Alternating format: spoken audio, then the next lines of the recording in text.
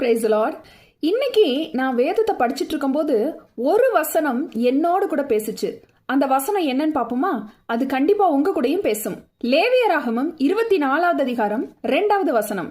குத்து விளக்கு எப்பொழுதும் எரிந்து கொண்டிருக்கும்படி அதற்காக இடித்து பிழிந்த ஒலிவ எண்ணெயை இஸ்ரவேல் புத்திரர் உன்னிடத்தில் கொண்டு வரும்படி அவர்களுக்கு கட்டளையிடு. எத்தனை பேர் குத்து விளக்கு பார்த்திருக்கிறீங்க? குத்து விளக்கு எப்பொழுதும் எரிந்து கொண்டிருக்க வேண்டும் அப்படின்னு வசனம் சொல்லுது. எப்போதும் எரிந்து கொண்டிருக்கிற குத்து விளக்கு யாரு தெரியுமாங்க? நீங்களும் நானும் தான். நம்ம எப்பொழுதும் ஆண்டவருக்காக எரிந்து கொண்டே இருக்கணுமா? உங்க வீட்டுல நீங்க தான் விளக்கு. உங்க விளக்கு எரிஞ்சிட்டு இருந்தாதான் உங்க வீடு வெளிச்சத்தோட இருக்கும். குத்து விளக்கு எரிஞ்சுக்கிட்டே இருக்கணும்னா என்னங்க அர்த்தம் அப்படின்னு கேட்டீங்கன்னா, எப்போதுமே நம்ம ஆத்துமா ஆண்டவரோடு கூட இணைக்கப்பட்டதா இருக்கணும்.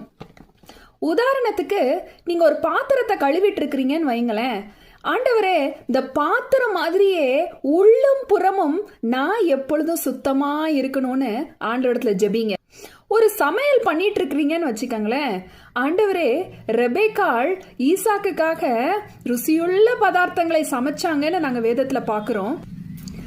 அதே போல நானும் என் குடும்பத்துக்காக ருசியுள்ள பதார்த்தங்களை சமைக்கணும் ஆண்டவரே சொல்லிக்கிட்டே சமைக்கணும். ஒரு பாலை காய்ச்சிட்டு இருக்கீங்கன்னு வைங்களேன்.